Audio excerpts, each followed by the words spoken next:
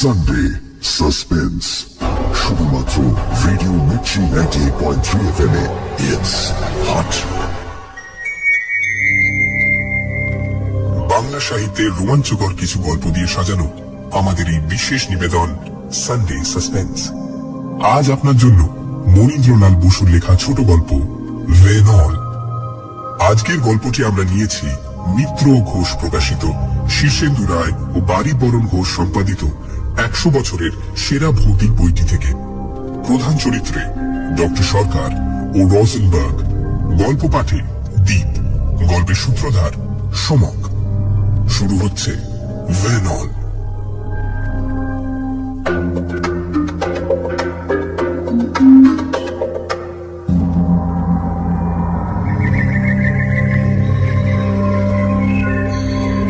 উত্তর ভারতের নানা স্থান ঘুরতে ঘুরতে নৈনিতালে এসেছি। নভেম্বরের শেষে নৈনিতাল প্রায় জনহীন। আমাদের হোটেলের দোতলায় আমি আর আরেকজন বাঙালি প্রৌঢ় ডাক্তার দুজন আছি। হোটেলটি পাহাড়ের মাথায় বনের ধারে, নিচে নীল হ্রদ, পাহাড় ঘেরা, কখনো মরকতমণির মতো ঝকমক করে, কখনো পোখরাজের মতো। রৌদ্র তপ্ত সুনির্মল দিন, জ্যোৎস্নাময় সুশীতল পাণ্ডুর রাত্রি, চারিদিকে অপূর্ব নিস্তব্ধতা। সমস্ত দিন হ্রদটি দর্পণের মতো স্থির ছিল। রঙিন বাংলোর সারি, সবুজ ঘন, নীল আকাশ, মেঘের স্তূপ, তার উপর নানা রূপ ও বর্ণের প্রতিবিম্ব।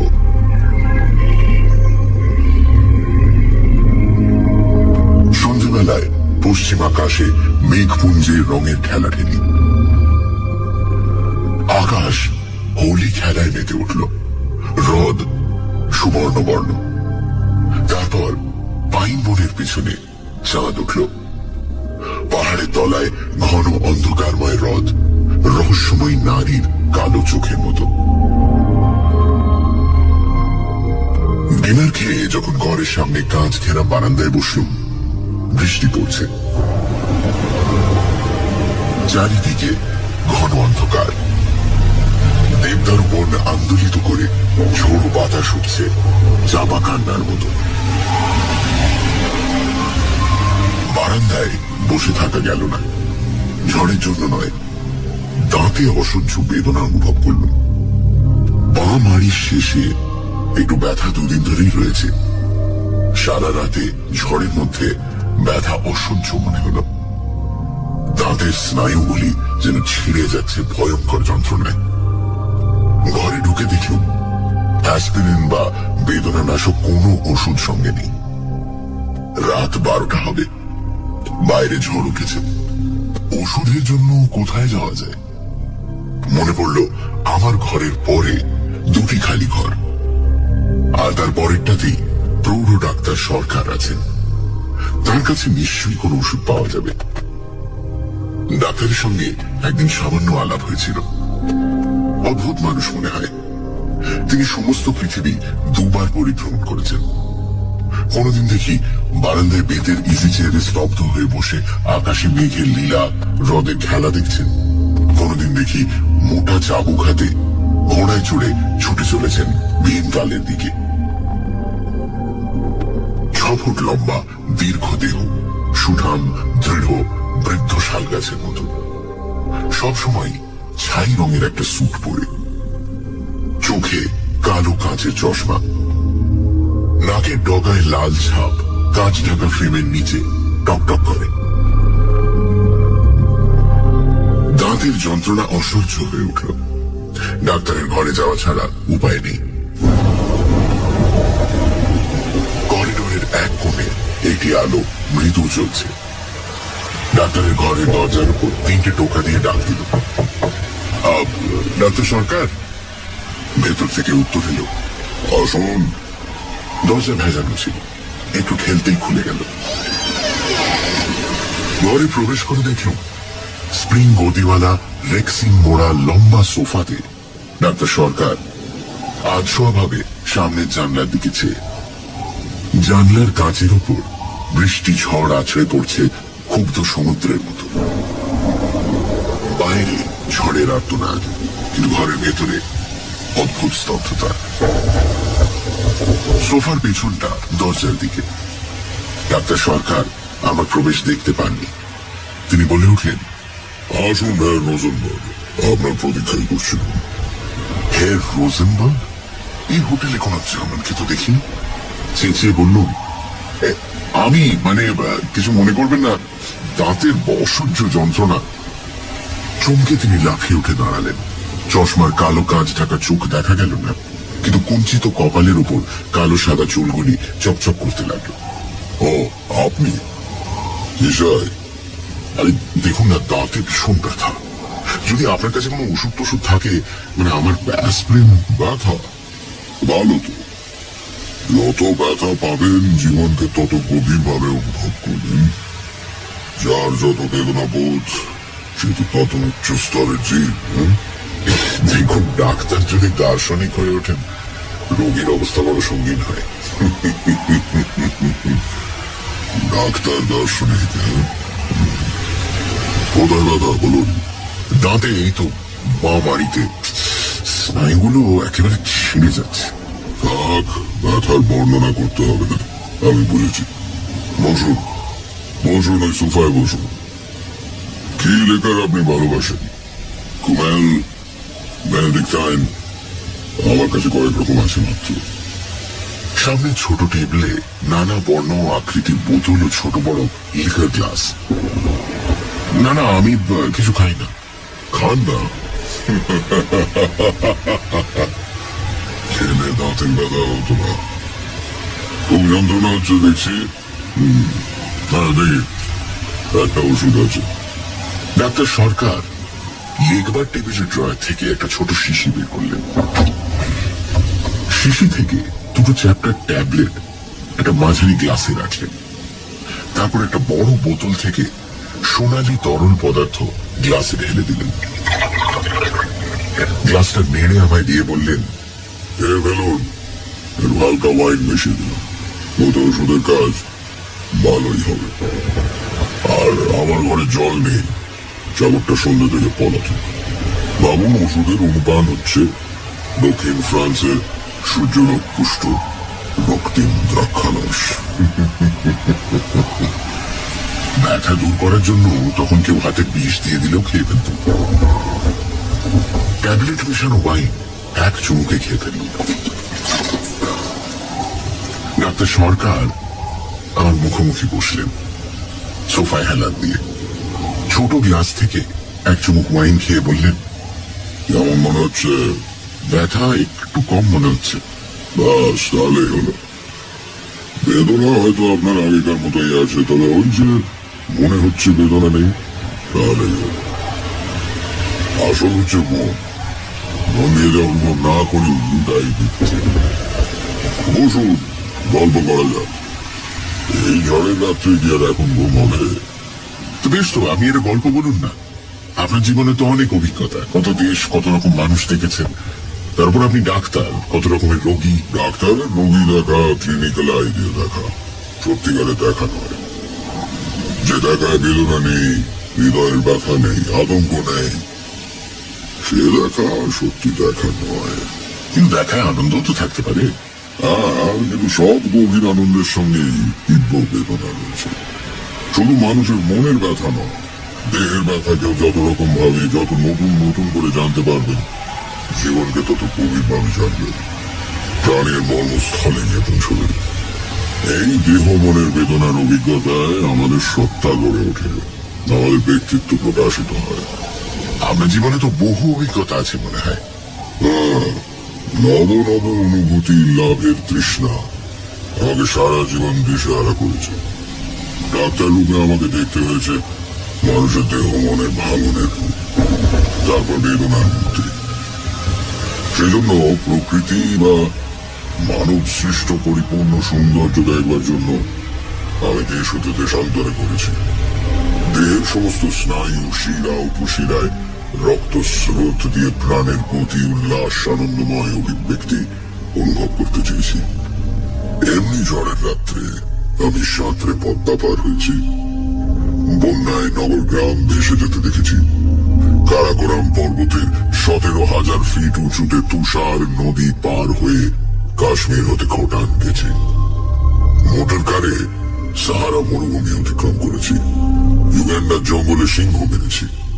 কত অপূর্ব বস্তু, কত অপরূপ দৃশ্য চোখের সামনে ভেসে ওঠে। শ্রীনগরের ডাল হ্রদে রঙিন সন্ধ্যা, শীতে সুইজারল্যান্ডে জ্যোৎস্না রাত্রে তুষার শুভ্রতায় স্লেজ চালানো, লিডোতে ভূমধ্য সাগরের সমুদ্র তীরে সূর্যালোক পান, নিউ ইয়র্কের 5th অ্যাভিনিউয়ের জনতা, জঙ্গল বেষ্টিত অ্যাঙ্করবাট, বেলজিয়ামের যুদ্ধ ট্রেঞ্চ, অন্ধকার রাত্রে তাজমহল, প্রয়াগে কুম্ভ মেলা, মিসিসিপির ঘন অরণ্য, প্রশান্ত মহাসাগরের উপর এরোপ্লেন, এসব অভিজ্ঞতা আমার আত্মাকে মূর্ত করেছে বটে, কিন্তু আমার সত্তার বিকাশ হয়েছে মানব অন্তরের বেদনাময় অনুভূতিতে। ডাক্তার সরকার চুপ করলেন। ঝোড়ো বাতাসে কাঁচের জানলা ঝনঝন করে উঠল। অন্ধকার আকাশের এক প্রান্ত থেকে অপর প্রান্ত বিদ্যুৎ চমকে গেল। ঘন নীল পর্দা ঘেরা আলো কেঁপে কেঁপে উঠল। আমি ধীরে বললাম, আচ্ছা, আপনি হের রোজেনবার্গ বলে কারোর জন্য অপেক্ষা করছিলেন কি? ডাক্তার সরকার চমকে সোজা হয়ে বসলেন। তার চশমার কাঁচ চকচক করতে লাগলো অন্ধকার রাত্রে কালো চোখের মতো। বোতল থেকে একটু ওয়াইন ঢেলে পান করে কিছুক্ষণ চুপ করে বসে রইলেন। তারপর আমার দিকে চুরুটের বাক্স এগিয়ে দিয়ে বললেন, একটা চুরুট দাঁড়ান, গল্পটা আপনাকে তাহলে বলি। মুনসেনে ডাক্তারি পরীক্ষা পাশ করে আমি কিছুদিন সুইজারল্যান্ডে ড্যাভোসে একটা যক্ষা স্যানিটোরিয়ামে কাজ করি। এমনি নভেম্বর মাসের শেষাশেষি একবার ডাভোস থেকে প্যারিসে আসি। গাতলিয়াতে যখন নামলুম রাত 11টা হবে। গলিতে জিনিস বুঝে দিচ্ছি, ওভারকোটের উপরে কি থাপ্পড় মারল। আরে ডাক্তার যে! ফিরে দেখি রিচার্ড রোজেনবার্গ, আমার স্যানিটোরিয়ামের একটি রোগী। লোকটির বয়স 40-এর কাছাকাছি হবে। দেখতে আমার চেয়েও লম্বা, বহুদিন রোগে ভুগে শীর্ণ শুষ্ক মুখ, চোখে একটা তীব্র ক্ষুধিত দৃষ্টি। তার বাঁ পায়ের গোড়ালির এক হাড়ে যক্ষা। 6 বছর স্যানিটোরিয়ামে বাস করার পর সেরে গেছে। এখন ক্রাচের সাহায্যে পা তুলে খটখট করে ঘুরে বেড়ায়। লোকটি জাতে সুইস, তার পূর্বপুরুষ এসেছিলেন নরওয়ে থেকে। জুরিখে এক ধনী মহাজনের একমাত্র সন্তান। অবাক হয়ে বললাম, আপনি এখানে? পরশু আপনার জ্বর হয়েছিল, আপনার তো স্যানিটোরিয়াম থেকে বার হওয়া বারণ। আরে আমি পলাতক ডাক্তার, আমি পলাতক। প্রাণ হাঁপিয়ে উঠেছিল। বাই দ্য ওয়ে, আপনি কোন হোটেলে যাচ্ছেন? ল্যাটিন কোয়ার্টারে আমার এক জানা সস্তা হোটেল আছে, সেখানে ঘর রাখতে বলেছি। চলুন তবে, আমি আপনার সঙ্গেই যাব। একা বড় হোটেলে গিয়ে থাকতে আপনার ভালো লাগবে না। আফটার অল, ছাত্রদের থাকবার হোটেল তো। পথে ট্যাক্সিতে রোজেনবার্গ বললেন তার মাথায় মাঝে মাঝে অসহ্য যন্ত্রণা হয়। তার বিশ্বাস তার মস্তিষ্কে ক্যান্সার হয়েছে। জুরিখে এক ডাক্তার নাকি বলেছেন টিউমার হতেও পারে। প্যারিসে বড় ডাক্তার দেখাবার জন্য তিনি স্যানিটোরিয়াম থেকে অনুমতি নিয়ে এসেছেন। তার বিশ্বাস একটা ক্যান্সার কোথাও হচ্ছে। কথাটা আমি বিশ্বাস করলুম না। আমার হোটেলে আমার ঘরের কাছেই রোজেনবার্গের জন্য ঘর ঠিক করুন। সবার উদ্যোগ করছি, এমন সময় ট্রেনের স্যুট বদলে সাজসজ্জা করে রোজেনবার্গ আমার ঘরে এসে ঢুকলেন।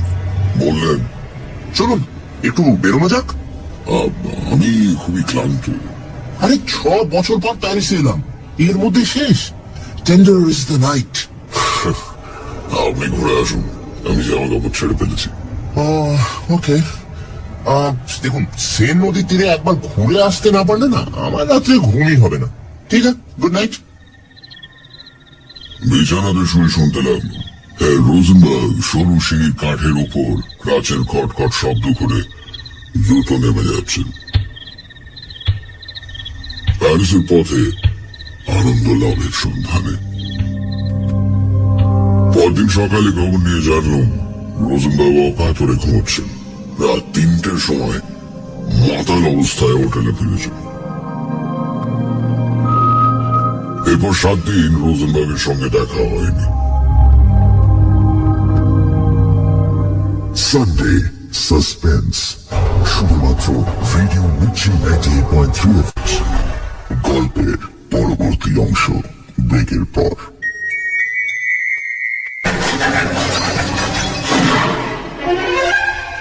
সানডে সাসপেন্স, শুধুমাত্র ভিডিও মির্চি 98.3 FM-এ। It's hot. শুনছেন সানডে সাসপেন্স। আজকের গল্প মনীন্দ্রলাল বসুর লেখা ভেনন। দাঁতের ব্যথায় কাতর হয়ে লেখক যান তার হোটেলের পাশের ঘরে ডক্টর সরকারের কাছে। ঘরে ঢুকতেই লেখককে হঠাৎ রোজেনবার্গ বলে ডেকে ওঠেন ডাক্তার।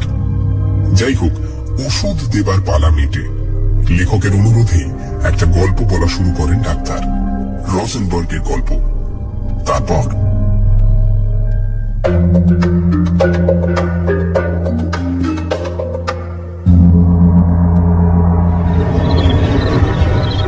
রাত্রে পুচিনি টস্কা দেখে অপেরা থেকে রাস্তায় বেরিয়েছি। ওভারকোটের ওপর একটা থাপ্পড় মেরে কে বলল, আরে ডাক্তার! পেছনে ফিরে দেখি কিছু রোজেনবার্গ। আরে ডাক্তার, কেমন লাগলো অপেরা? চমৎকার। চলুন তবে, কাছেই একটা ইটালিয়ান রেস্টুরেন্ট আছে, চমৎকার মোজের মদ রাখে। 1913 সালের যুদ্ধে ঠিক আগের বছরের মোজের মদ। আপনি না এলে আমি কিন্তু সত্যি দুঃখিত হব। অপেরার সঙ্গীত তখন আমার কানে বাজছে। বলল, চলুন আজ রাত্রে একটু হল্লা করা যাক। হ্যাঁ,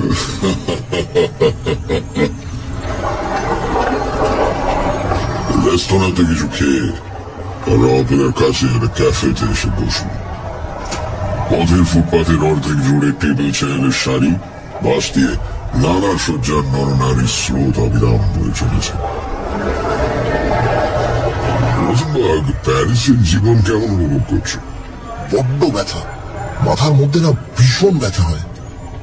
পকেট থেকে সেটি ছোট শিশি বের করে ছোট টেবিলের উপর রাখে। কিছুক্ষণ পর শিশি থেকে 2টো ট্যাবলেট বের করে কফির সঙ্গে মিশিয়ে খেয়ে ফেলে। 2 ঘন্টা অন্তর অন্তর এই অ্যাসপিরিন খাচ্ছি, না হলে না এই যন্ত্রণায় মরে যাব। কোনো ডাক্তার দেখালে? হ্যাঁ, দেখিয়েছি। ডক্টর লেভি বললেন মাথায় নয়, পেটে লিভারের কাছে টিউমার মনে হচ্ছে। ক্যান্সারের পূর্ব লক্ষণ হতে পারে। তবে তবে আমি জানি ওটা ক্যান্সার হবে। ক্যান্সারে আমার মা মারা গেছেন। ওহ, সে কি অসহ্য যন্ত্রণা। হঠাৎ সে থামল। দেখলুম জ্বালাময় তীক্ষ্ণ দৃষ্টিতে পথের সুসজ্জিতা বার বিলাসিনীর দিকে সে চেয়ে আছে। 3 সুন্দরী মেয়ে চলেছে শিকারের সন্ধানে। রোজেনবার্গের চেয়ারের পাশে খাড়া করা ক্রাচ দুটির দিকে দেখা দৃষ্টিতে চেয়ে তারা চলে গেল। রোজেনবার্গের শীর্ণ মুখ আরো কালো হয়ে উঠল। বললুম, ডাক্তাররা তো নিশ্চিত রূপে কিছু বলছেন না। নিশ্চিতভাবে কে কি বলতে পারে? এই যে দিন রাত একটা অসহ্য ব্যথা অনুভব করছি। ক্যান্সার রোগীকে আমি তিলে তিলে মরতে দেখেছি, তার সমস্ত সিমটম আমি জানি। আমি ওয়েটার, আরো 2 গ্লাস।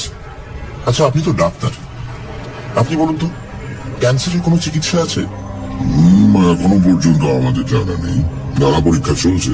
শুধু রোগী অসহ্য যন্ত্রণা ভোগ করে মরে, তাই তো? হ্যাঁ, একদিন তো আমাদের প্রত্যেককেই মরতে হবে।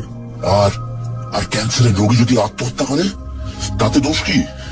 হ্যাঁ, কিসের দোষ? প্রাণ অমূল্য। প্রাণকে আমরা এখনো সৃষ্টি করতে পারি না। স্বেচ্ছায় তাকে বিনাশ করার অধিকার কি আমাদের আছে? শুধু যন্ত্রণা ভোগের অধিকার আছে, তাই তো? আচ্ছা, এই ধরুন আমি তো আত্মহত্যা করতেই পারি।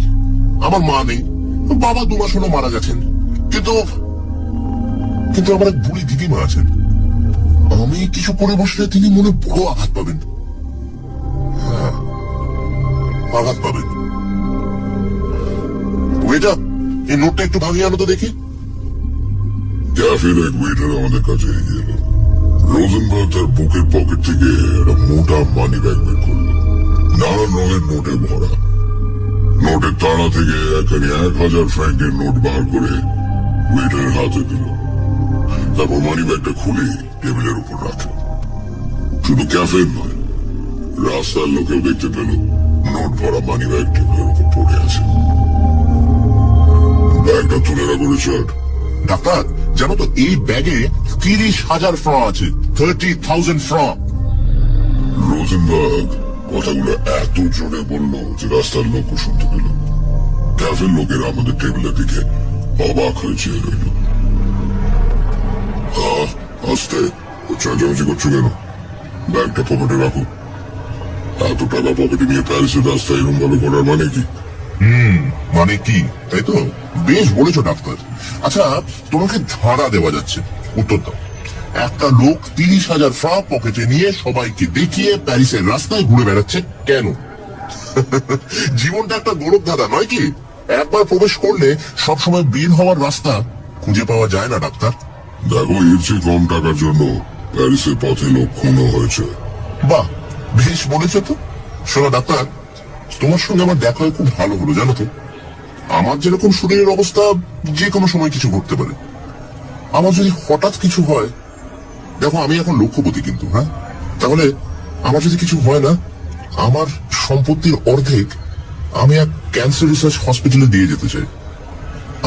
আমার একটা উইলও আছে, সেন্টোরিয়ামে আমার ঘরে নয়, এক জায়গায় লুকোনো আছে, সেটা তোমায় বলে যেতে চাই। হঠাৎ রোজেনবার্গ চুপ করে পথের দিকে চাইল। আমাদের কাছ দিয়ে একটি যুবক ও যুবতী যাচ্ছিল। যুবকটি কদাকার ভীম প্রকৃতির দেখতে, প্যারিসের গুন্ডা দলে মনে হয়।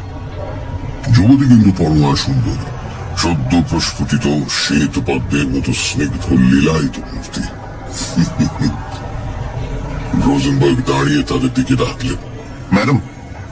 মেয়েটি হেসে এগিয়ে এলো। আমাদের টেবিলে আমাদের দুজনের মধ্যে চেয়ারে এসে বসলো। যুবকটি কিন্তু কোথায় সরে পড়ল। হ্যালো ম্যাডাম, কি খাবেন বলুন?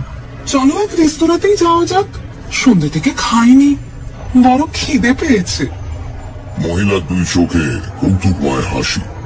রোজেনবার্গ তার দিকে মন্ত্রমুগ্ধের মতো চেয়ে বলল, আরে আমরা এই খেয়ে এলাম, এই নাও, কাল সকালে খেয়ে নিও। রোজেনবার্গ আবার ব্যাগ বার করে মহিলার হাতে একখানা 500 ফ্র্যাঙ্কের নোট দিয়ে দিল।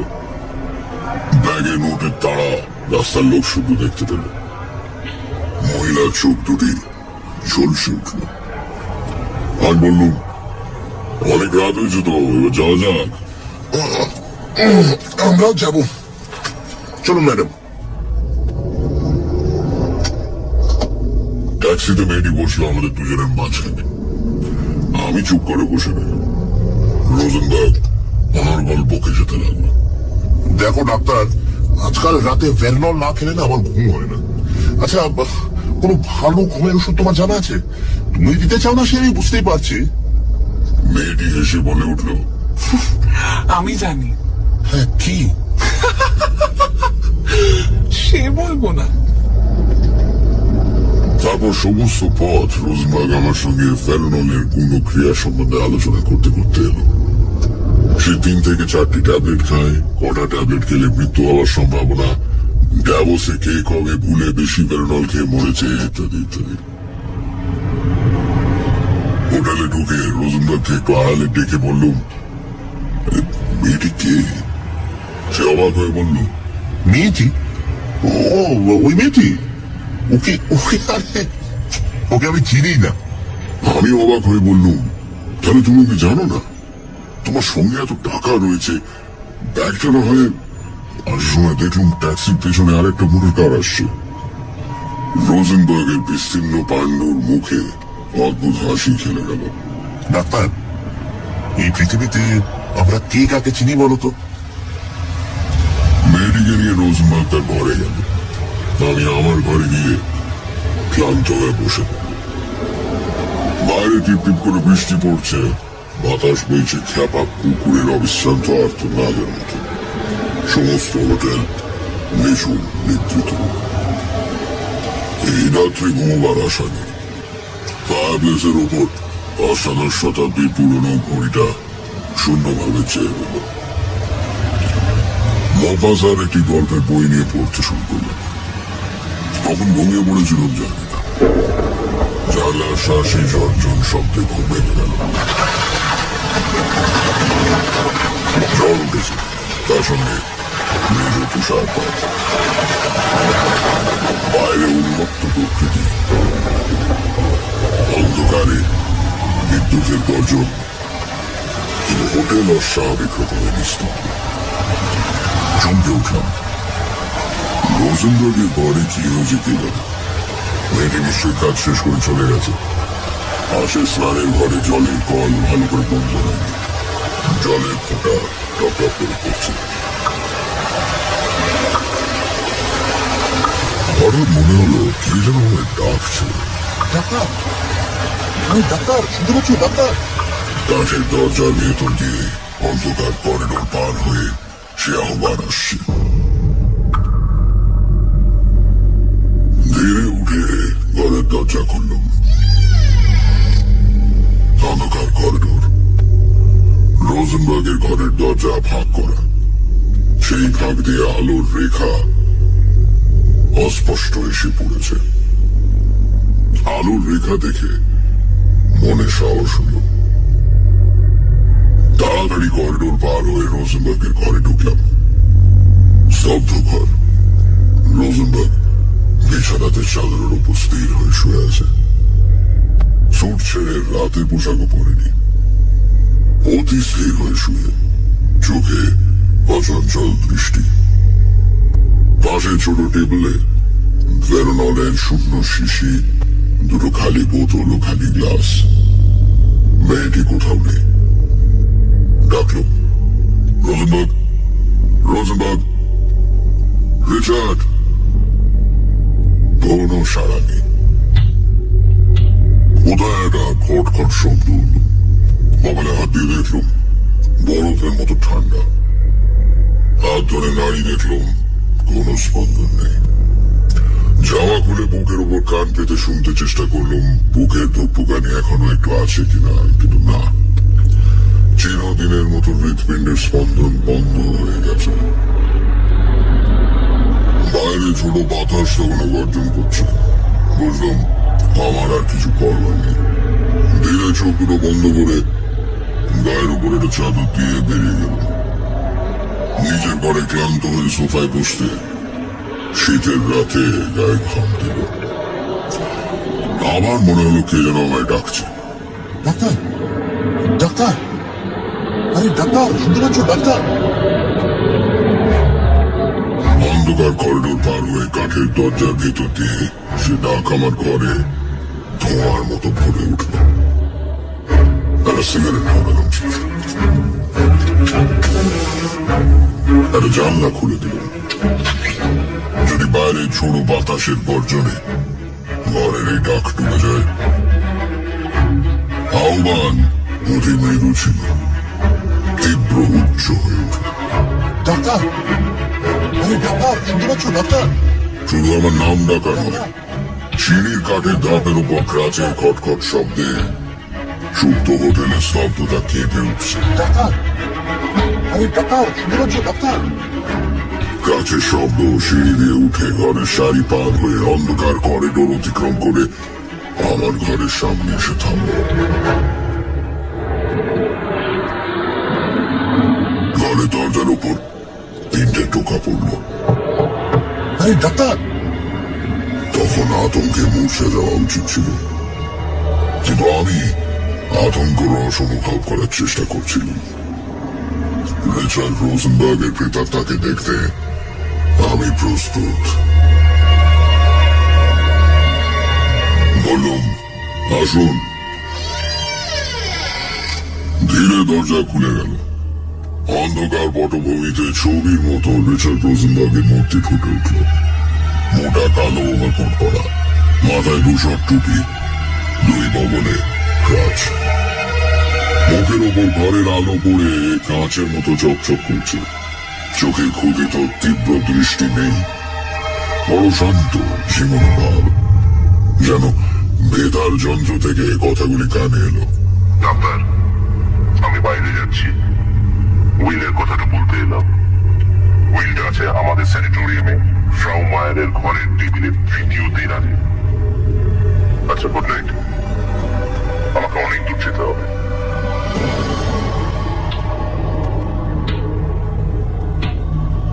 মূর্তি মিলিয়ে গেল। অন্ধকারে বিমূঢ় চোখে চেয়ে রইল। খটখট শব্দ দূর হতে দূরে চলে যাচ্ছে।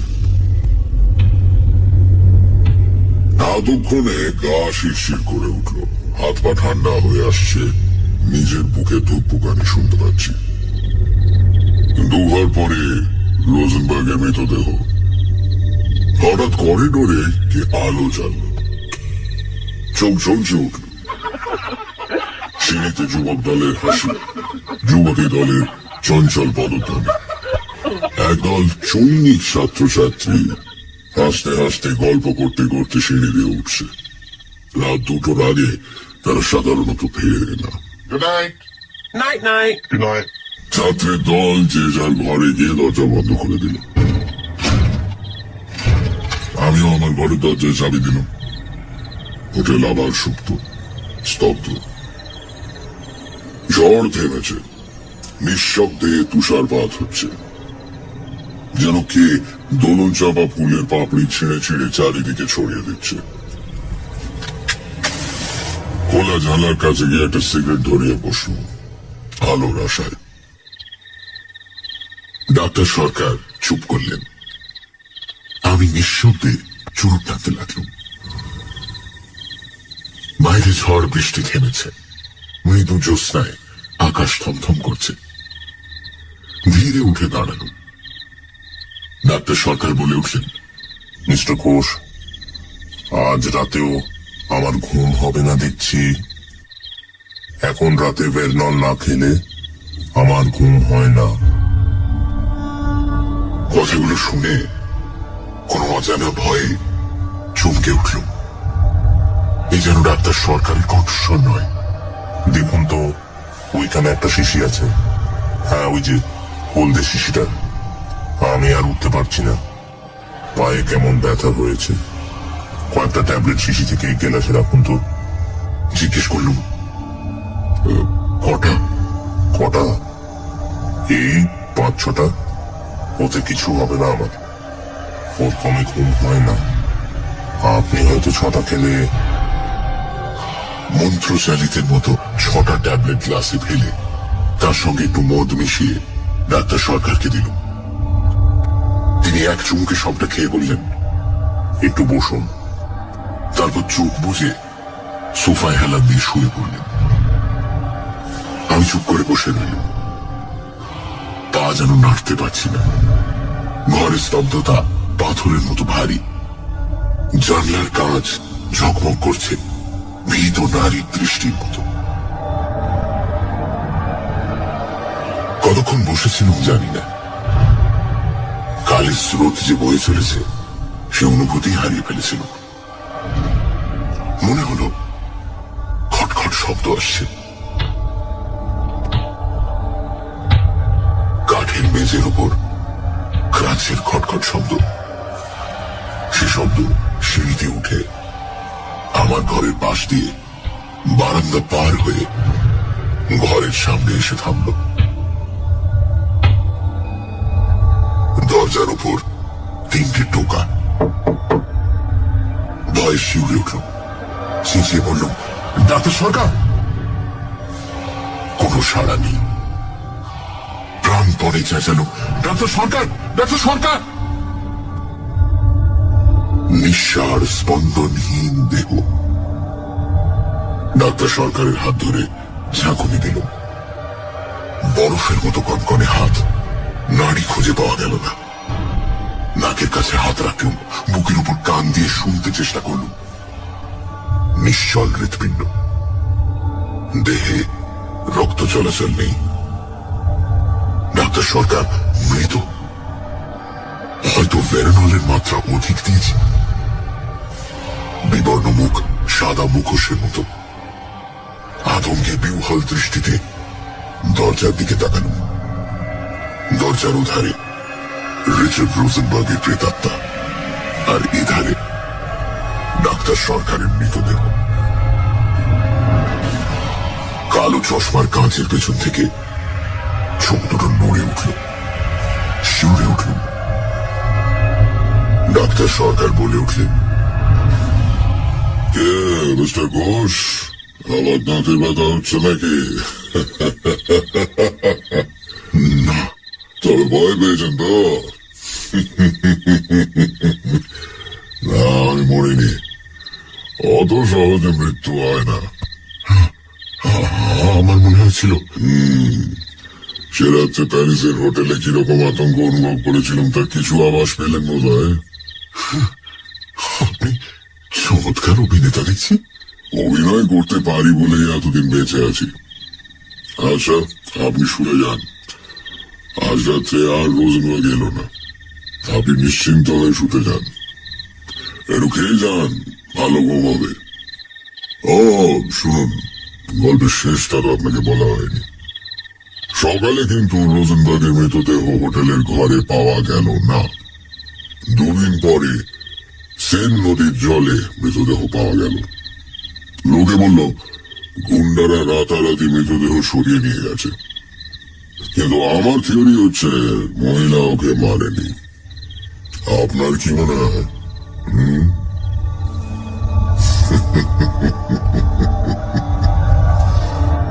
আমি কোনো উত্তর না দিয়ে চলে এলাম। ঘরে এসে খোলা জানলার পাশে বসলুম। হ্রদের জলে জ্যোৎস্নার ঝিকিমিকি। ভাবতে লাগলুম, ডাক্তার সরকার কি উন্মাদ, না বানিয়ে গল্প বলতে ওস্তাদ?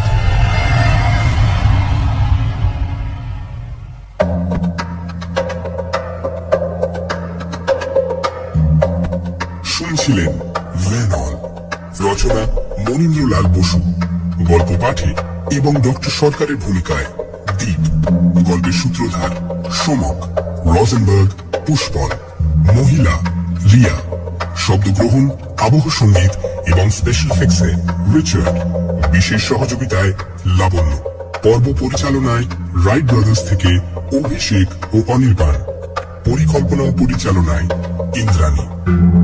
আগামী সপ্তাহে ঠিক এই সময় আরো একটি রোমাঞ্চকর গল্প নিয়ে হাজির হবে সানডে সাসপেন্স।